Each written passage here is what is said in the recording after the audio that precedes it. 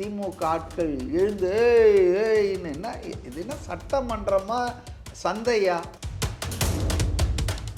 எல்லாரும் விஜய் மாதிரி நிதானமானவர்கள் மெச்சூரிட்டிலாம் இருக்கும்னு நினைக்க முடியாது. இப்போ தாமு வந்து ரியாக்ட் பண்ணார் பாருங்களேன். அதனால் இவங்களுக்கும் புரியணும்.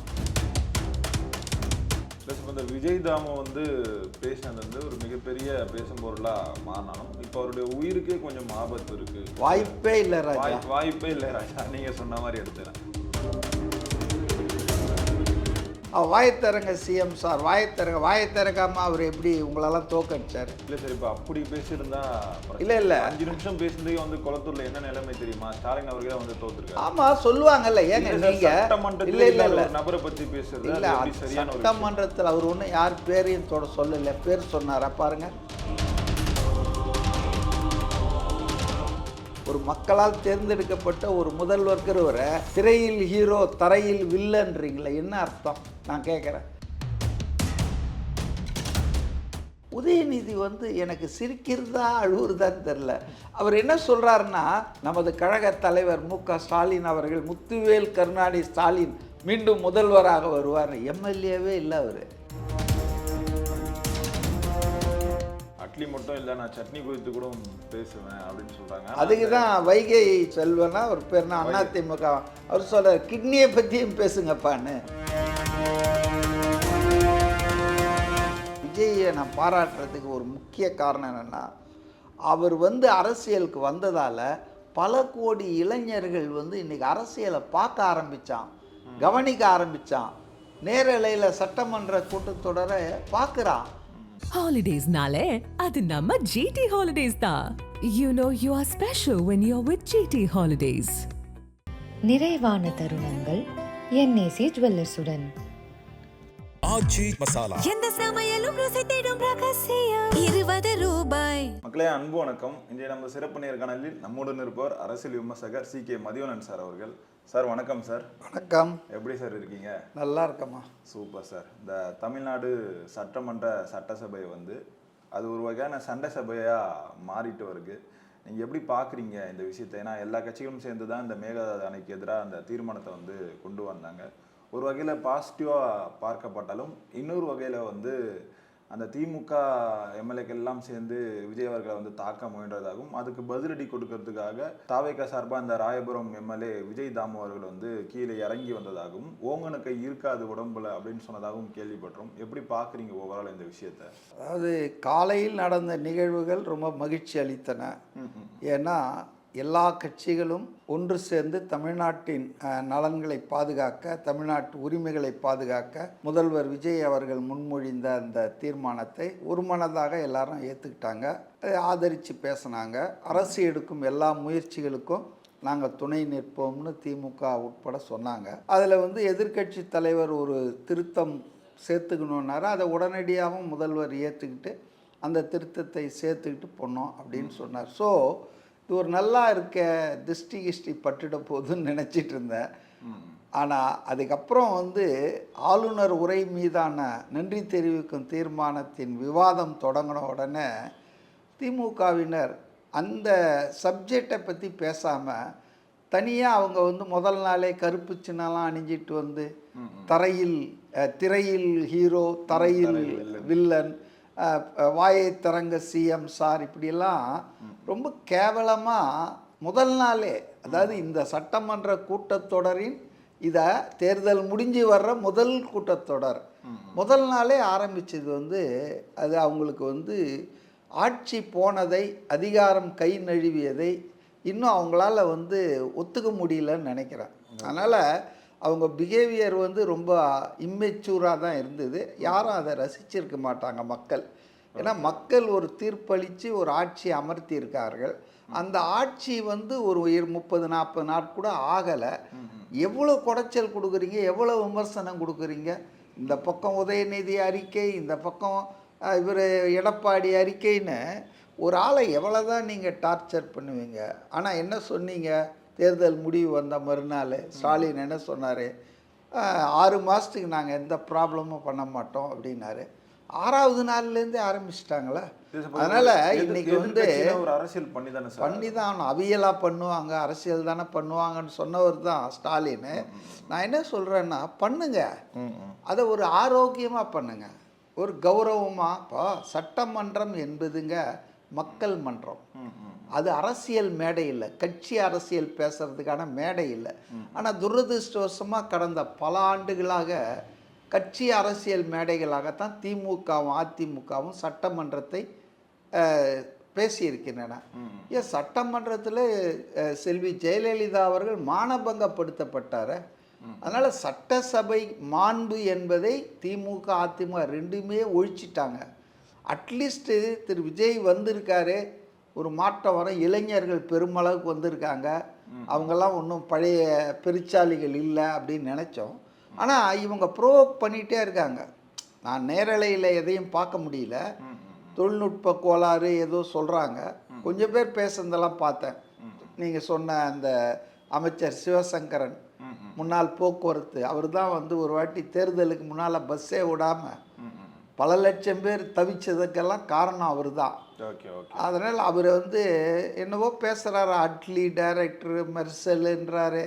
அப்புறம் வந்து ட்ரெய்லர் வந்து அப்படி சும்மா சிக்கன் இருக்கணும், ஹிட் ஆகணும்னான்றாரு. மற்ற படங்கள்லேருந்து சில காட்சிகளை எடுத்து வெட்டி ஒட்டி பண்ணுவாங்கன்னெலாம் சொல்கிறாரு.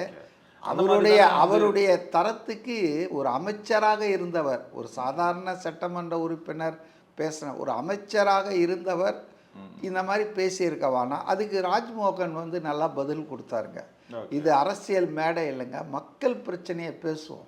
இப்போ மக்களுக்கு பிரச்சனை, இப்போ சில பேர் பைத்தியக்காரங்க. நேற்று தொலைக்காட்சி விவாதத்தில் கூட நான் பார்த்தேன், 2-3 பேர் பத்திரிகையாளர்னு சொல்லிக்கிட்டு அவர் பதில் சொன்னாங்க, சிஎம் பதில் சொன்னாங்க. எந்த காலத்தில் எப்போ எல்லாருக்கும் பதில் சொல்லிட்டு இருந்தாங்க? நீங்கள் எந்த சிஎம்மும் செய்யாத வேலையை விஜய் பண்ணுறாரு. நீங்கள் பார்த்தீங்கன்னா கூர்மையாக நோட் பண்ணிக்கிறாரு, எல்லார் பேசுகிறதையும் நோட் பண்ணிக்கிறாரு. அவருக்கு ஒரு சமயம் ஒதுக்கப்பட்டிருக்கு, தொகுப்புரை பதில் உரைன்னுவாங்க. முதல்வர் எல்லாரும் பேசி எல்லா உறுப்பினர்களுடைய கருத்துக்களுக்கும் எதுக்கு பதில் சொல்லணும், எதுக்கு விளக்கம் அளிக்கணுன்றது முதல்வர் கடமை. முதல்வர் வந்து அதுக்கு தான் குறிச்சிட்டு இருக்கிறாரு. அவருடைய டேம் செவ்வாய்க்கிழமை தான் வரும். Just before him opposition leader Udhayanidhi பேசுவார்.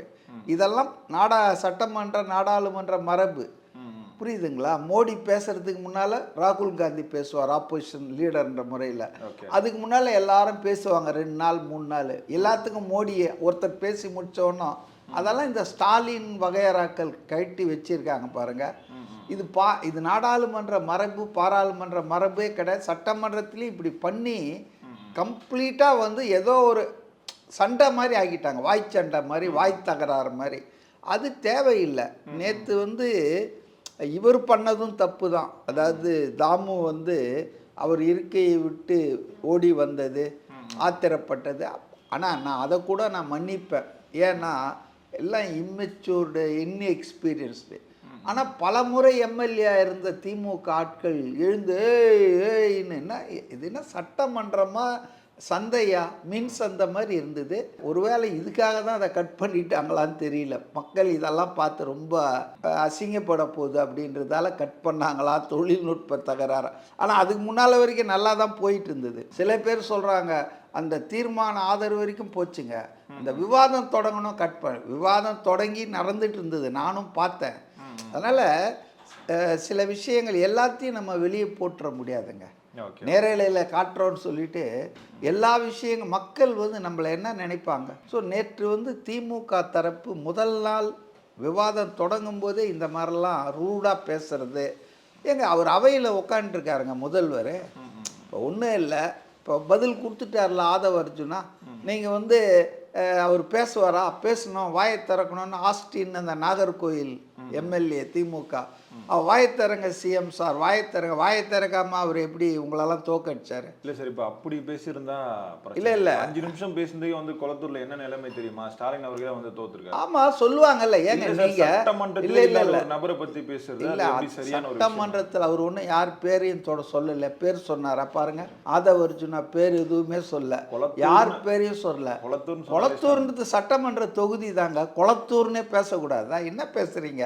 அவர் எதுக்கு சொன்னார் சொன்னார். he was reacting. ரியாக்ஷன்னா அது ஆக்ஷன் என்ன? அந்த ஆஸ்டின் எதுக்கு வந்து அவர் தான் உட்காந்துட்டு இருக்கிறாரு. அவர் வந்து செவ்வாய்க்கிழமை தானே சபாநாயகர், அவருக்கு பதில் உரை கொடுப்பாரு. இல்லை இவர் கேட்குற கேள்வி மடத்தனமான கேள்விக்கெல்லாம் ஒவ்வொரு உறுப்பினருக்கும் அவர் எழுந்து பதில் சொல்வாரா? இவங்களுக்கு வேணும்னு அவரை ப்ரோக் பண்ண பார்க்குறாங்க. அவர் வந்து யோகி மாதிரி உட்காந்துட்டு இருக்காரு, தியானத்தில் இருக்கிற மாதிரி. அவரை இவங்களால ப்ரோக் பண்ண முடியாது. ஆனால் அவருடைய எம்எல்ஏக்கள்லாம் இவரை மாதிரி ஆள் இல்லையா? எல்லாரும் விஜய் மாதிரி நிதானமானவர்கள், மெச்சூரிட்டிலாம் இருக்கும்னு நினைக்க முடியாது. இப்போ தாமு வந்து ரியாக்ட் பண்ணார் பாருங்களேன். அதனால் இவங்களுக்கும் புரியணும், நம்ம வந்து எதிர்க்கட்சி ஆளுங்கட்சியை ஒரு அளவுக்கு மேலே கொஸ்டின் பண்ணி சீண்டக்கூடாது. கொஸ்டின் பண்ணலாம், விமர்சனம் செய்யலாம், மக்கள் பிரச்சனைகளை எடுத்து வைக்கலாம், நீங்கள் அதை பற்றி பேசலாம். ஆனால் தனிநபர் தாக்குதல், வாயை திறக்க மாட்டாரா, வாயை திறங்க சிஎம்னு கிண்டல் பண்ணுறது, இதெல்லாம் அப்போ பதில் கொடுப்பாங்க தானே. நீங்கள் to every action there will be a reaction, அது இயற்கை. அப்போ ஆதவ அர்ஜுனா சொன்ன மட்டும் ஊன்னு கத்துறீங்க. ஆதவ அர்ஜுனா என்ன சொன்னார்? அவர் வாயை எப்போ திறக்கணுமோ அப்போ திறப்பாருப்பா. எங்கே பேசணும், எப்போ பேசணும், எவ்வளோ பேசணும் அவருக்கு தெரியும். குளத்தூரில் 5 நிமிஷம் பேசுறதுக்கே என்ன ஆச்சு பார்த்தீங்களா அப்படின்னாரு. உடனே அவையில் இல்லாதவர் ஆச்சபச்சனை, அவையில் இருக்கிறவர் அவமதிப்பு பண்ணுறீங்களா? ஒரு மக்களால் தேர்ந்தெடுக்கப்பட்ட ஒரு முதல்வர் இருக்கிறவரை திரையில் ஹீரோ தரையில் வில்லன்றீங்களா? என்ன அர்த்தம் நான் கேட்குறேன். இவங்க ரொம்ப பெரிய பாராளுமன்ற பண்புகளுக்கெல்லாம் சொந்தக்காரர்களா? திமுக அதிமுக குழையாடி சண்டை விட மோசமாக நடந்துருக்குது. பட் அதில் ஒரு மாற்றம் வரும்னு பார்த்தா திரும்பவும் அவங்க அந்த பழைய சாக்கடை அரசியலுக்கே கொண்டு போகிறாங்க. I thinks speaker has a big role. அவர் சபாநாயகருக்கு ஒரு பெரும் பொறுப்பு இருக்குங்க. இந்த போக்கை அனுமதிக்கக்கூடாது. நீங்கள் மக்கள் பிரச்சனையை பேசுங்க, விவாதியுங்க, அரசை விமர்சனம் பண்ணுங்க, கொஸ்டின் பண்ணுங்க. ஆனால் இதை பண்ணிட்டு அரசியல் மேடைகளில் பேச வேண்டியது, கட்சி மேடையில் பேச வேண்டியதை இங்கே சட்டமன்றத்தில் பேசி அதை வேற ஒளிபரப்புகிறான். என்ன ஒளிபரப்பணும், நான் பேசுறதை விட்டுட்டாங்க. இதுக்காக மக்கள் காசு போக தேவையில்ல. ஆனால் ஒரு டீசென்ட் பாலிடிக்ஸ்ன்னு சொல்லிட்டு ஒரு சீப் பாலிடிக்ஸ் வந்து திமுக வந்து பண்ணிட்டு இருக்காங்க சார். மக்கள் பிரச்சனை குறித்து பேசணும்னு சொல்கிற இடத்துல சீப் இல்லைங்க, ரொம்ப லோயஸ்ட்டு பாலிடிக்ஸ் கட்டர் பாலிடிக்ஸ், சாக்கடை அரசியல்னு அதான் சொன்னேன். நான் என்ன சொல்கிறேன்னா, அவங்களுக்கு ஒரு பொறுமை இல்லை பாருங்கள். 40 நாளில் ஒரு ஆட்சியில் என்னங்க பண்ண முடியும்? கடந்த காலங்களில் இப்படி தான் இவங்க பண்ணாங்களா? இவங்க ஆட்சி அமைத்த உடனே நான் என்ன சொல்கிறேன், மக்கள் எல்லாத்தையும் பார்த்துட்டு இருக்காங்க. ஏன் இவங்களுக்கு வந்து ஒரு நிதானம் இல்லை? நிதானமே இல்லாத பேசிகிட்டு இருக்காங்க. 2 நாளைக்கு முன்னால் ஆற்காடு வீராசாமி பேரன் அந்த இவர் இருக்கார் இல்லையா, நம்ம எம்பி, வட சென்னை எம்பி கலாநிதியா வீராசாமி, அவர் பையன் கல்யாணத்தில் பார்த்தேன். உதயநிதி வந்து எனக்கு சிரிக்கிறதா அழுவுறதான்னு தெரில. அவர் என்ன சொல்கிறாருன்னா, தோழர்களே, இந்த மக்கள் விரோத ஆட்சி, ரீல்ஸ் ஆட்சி வந்து விரைவில் மக்களால் விரட்டப்படும். நமது கழக தலைவர் மு.க. ஸ்டாலின் அவர்கள், முத்துவேல் கருணாநிதி ஸ்டாலின் மீண்டும் முதல்வராக வருவார். எம்எல்ஏவே இல்லை அவர். இன்றைக்கி என்ன நிலைமை? 40 நாள் அடித்து விரட்டிடுவாங்களாம். அப்போ அவங்களுக்கு வந்து இந்த ஆட்சி இருக்கிற ஒவ்வொரு நாளும் தங்களுக்கு ப்ராப்ளம். தங்கள் எதிர்காலம் என்பது சூன்யமாகிறது. தாங்கள் கடந்த காலங்களில் செய்த ஊழல்கள் ஒவ்வொன்றாக விசாரிக்கப்படுகிறது, அம்பலமாகிறது. அப்படின்போது தங்களுக்கு எதிர்காலமே இல்லாமல் போயிடுமா அப்படின்ற அந்த அச்சம், அந்த பயத்தின் காரணமாகத்தான் தனிநபர் தாக்குதல், பர்சனாலிட்டி அட்டாக்லாம் போகிறாங்கன்னு நினைக்கிறேன். அட்லி மட்டும் இல்லை, நான் சட்னி குறித்து கூட பேசுவேன் அப்படின்னு சொல்கிறாங்க. அதுக்கு தான் வைகை செல்வனா ஒரு பேர்னா அதிமுக அவர் சொல்கிறார், கிட்னியை பற்றியும் பேசுங்கப்பான்னு. கிட்னி முறைகேடுன்னு சொன்னவர் தானே மா சுப்பிரமணியம். திருட்டுன்னு சொன்ன இல்லைங்க, அது முறைகேடுங்கன்னு சொன்னவர் தானே. அதனால் அவங்க திமுக வந்து எப்போவுமே வந்துங்க மக்கள் பிரச்சனையே பேச மாட்டாங்க. தமிழ்நாட்டுக்கும் டெல்லிக்கும் சண்டைன்னு வாங்க. சட்டமன்ற தேர்தலில் இது எங்கடா வந்தது? போர் சார், போர். 1000 காலமாக ஆரியனுக்கும் திராவிடனுக்கும் நடக்கும் யுத்தம்னு வாங்க. ஒன்றுமே புரியாது. மக்கள் பிரச்சனையை பேசுங்கப்பா. நீங்கள் மக்கள் பிரச்சனையை பேசினா நாங்கள் காது கொடுத்து கேட்போம் மக்கள். ஆனால் நீங்கள் வந்து உங்கள் அரசியல் காழ்ப்புணர்ச்சியில் நான் சட்டமன்ற நேரத்தை வீணாக்கிட்டு இருக்கீங்க. எவ்வளோ செலவாகும் தெரியுமா? சட்டமன்றம் 1 மணி நேரத்துக்கு பல லட்சங்கள் செலவாகும். அதை வந்து ஒரு ப்ரொடக்டிவாக பாசிட்டிவாக பேசாமல் இன்னும் இதே மாதிரி ஆரம்பிப்போம் நாங்கள், இதுதான் திராவிட மாடல்னால் வேணாப்பா இந்த திராவிட மாடல். ப்ளஸ் இப்போ இந்த விஜய் தாமு வந்து பேசினது வந்து ஒரு மிகப்பெரிய பேசும் பொருளாக மாறினாலும் இப்போ அவருடைய உயிருக்கே கொஞ்சம் ஆபத்து இருக்குது அப்படின்னு வந்து நிறைய அரசியல் விமர்சகர் பேசுறதை நம்மளால பார்க்க முடியாது. திமுகவை எதிர்த்தவர் யாரும் வந்து அவ்வளோ ஈஸியாக வாழ்ந்துட முடியாது அப்படின்னு சொல்றாங்க.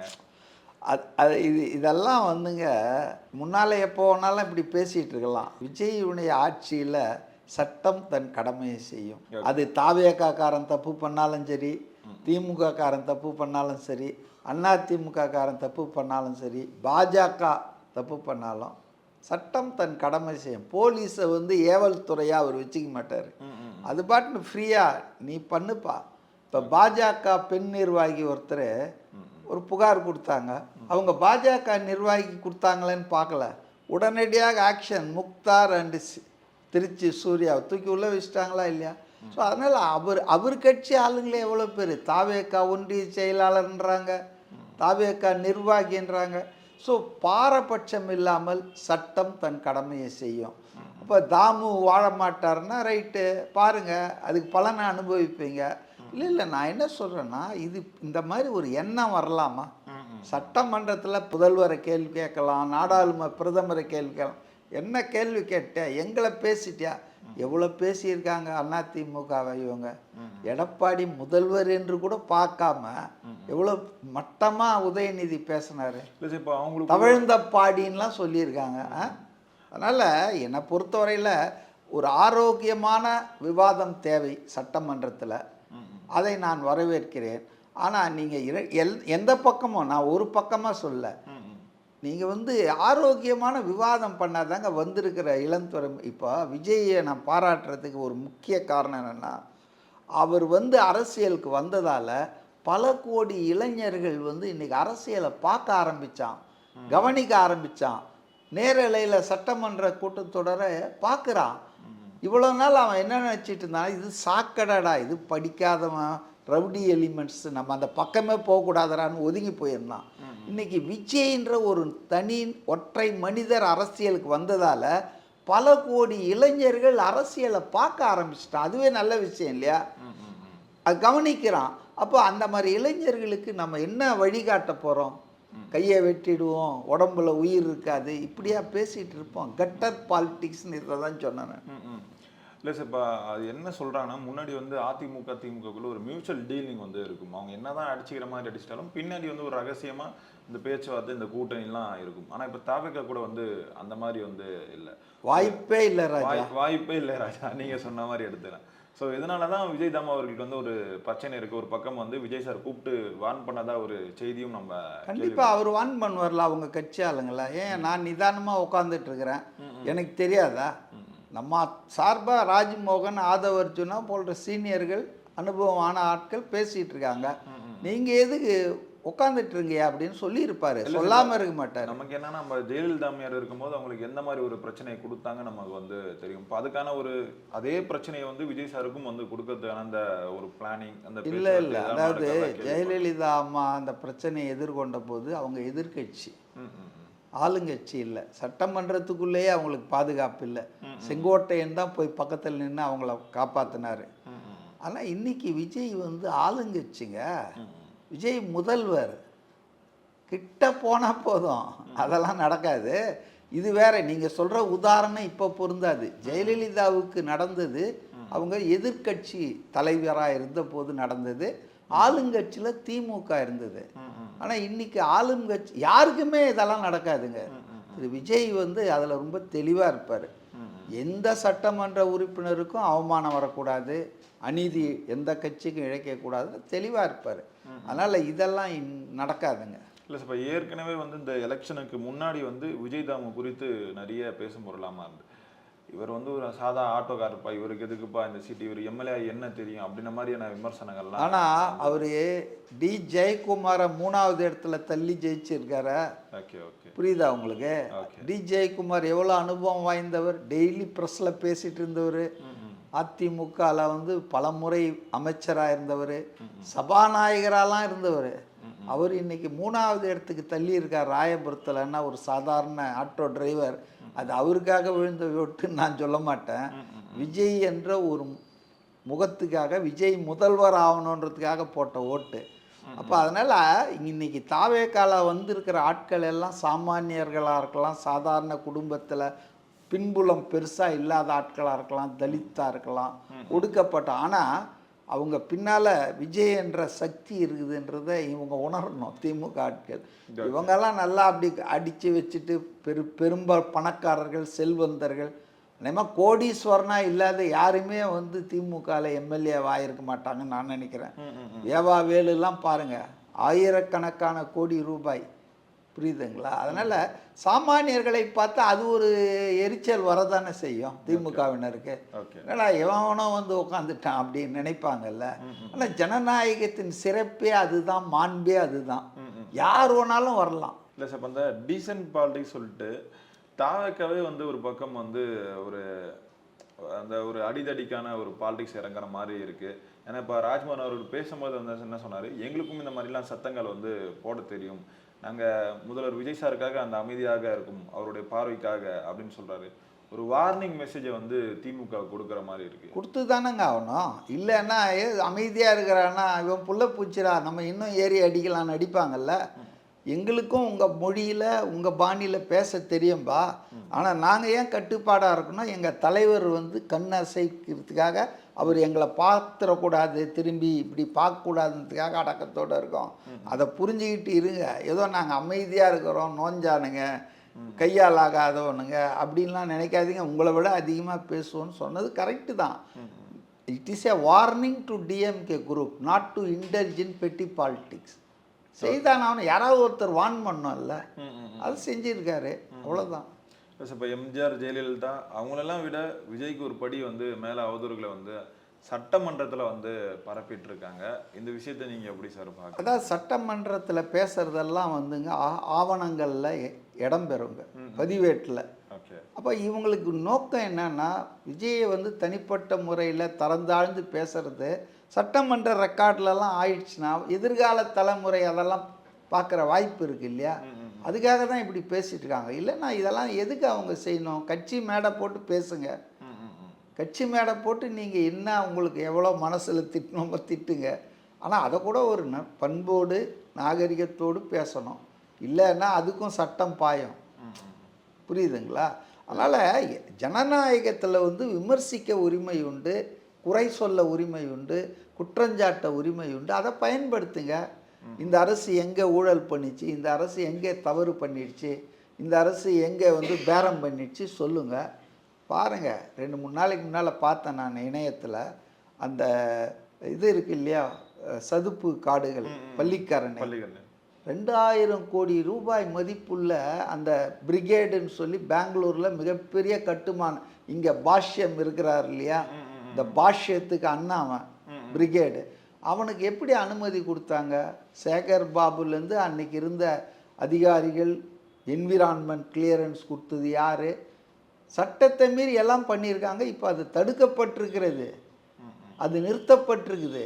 இப்போ எவ்வளோ ஊழல்கள் நீங்கள் பண்ணியிருக்கீங்க. இப்போ ஒன்று ஒன்றா எடுத்தால் நீங்கள் இந்த ஜென்மத்தில் ஆட்சிக்கு வர முடியாது போல இருக்க. அப்போ அந்த மாதிரி நீங்கள் இந்த ஆட்சியில் ஏதாவது தவறுகள் இருந்தால் சொல்லுங்கள். ஆனால் நான் பார்க்குற செய்திகள் பூரா நல்ல செய்திகளாக தான் இருக்குது. நேற்று கூட பாருங்கள், ஏதோ லஞ்ச ஒழிப்புத்துறையில் ஏதோ ஒரு லேடி லஞ்சம் கேட்டாங்கன்னு ஆய்வாளர் சஸ்பெண்ட் பண்ணியிருக்காங்க. எத்தனை காவல்துறை அதிகாரிகள் சஸ்பெண்ட் ஆகியிருக்காங்க, எத்தனை அரசு அதிகாரிகள் சஸ்பெண்ட் ஆகியிருக்காங்க. இன்றைக்கி ஒரு சென்ஸ் ஆஃப் ரிலீஃப் இருக்குங்க மக்கள் மத்தியில். எதுக்கு போனாலும் காசுக்கு கொடுக்க வேண்டிய அவசியம் இல்லை. இதுதானே மக்களுக்கு தேவை. இந்த மாதிரி ஆட்சி தானேங்க. உங்கள் ஆட்சியில் எல்லாத்துக்கும் ஒரு ரேட் இருந்ததில்ல. ரினியூ பண்ணோம் லைசன்ஸ்னால் அதுக்கு 5 லட்சம், சிஎம்டிஎல்லாம் அப்ரூவல் வாங்கினோன்னா பார்ட்டி ஃபண்டு கொடுக்கணும். அதனால் லஞ்ச லாவண்யம் இல்லாத ஆட்சியை நடத்த ஆரம்பித்திருக்கிறார். இது இப்படியே போகுமான்னு நான் உறுதி சொல்ல முடியாது, ஆனால் ஒரு நல்ல துவக்கம், குட் பிகினிங். அப்போ இதை வந்து நீங்கள் வந்து வரவேற்கணுமே தவிர மக்கள் அதை தான் பார்க்குறாங்க. அவருடைய அந்த உறுதிமொழிகள்லாம் நிறைவேற்றுறதுக்கு இன்னும் ஒரு 2 வருஷம் எடுத்துக்கிட்டோம், இல்லை அவர் 5 வருஷத்துக்குள்ளே நிறைவேற்றினா போதும். ஆனால் இன்றைக்கி ஒரு நிர்வாகத்தை ஊழலற்ற நிர்வாகமாக மாற்றுவேன்னு சொல்லி அதை கங்கணம் கட்டிக்கிட்டு இறங்கியிருக்கார, அதை வந்து நம்ம வரவேற்கணுமா? இல்லை எதிர்க்கணுமா, இல்லை அவரை வேற மாதிரி திசை திருப்புறதுக்காக சில்லற மேலெல்லாம் பேசிகிட்டு இருப்போமா? புரியுது சார். Holidays-நாலே அது நம்ம GT Holidays தான். You know you are special when you're with GT Holidays. நிறைவான தருணங்கள் என்ஏசி ஜுவல்லர்ஸுடன். ஆச்சி மசாலா. எந்த சமையலும் ருசி தேடும் ரகசியம் 20 ரூபாய்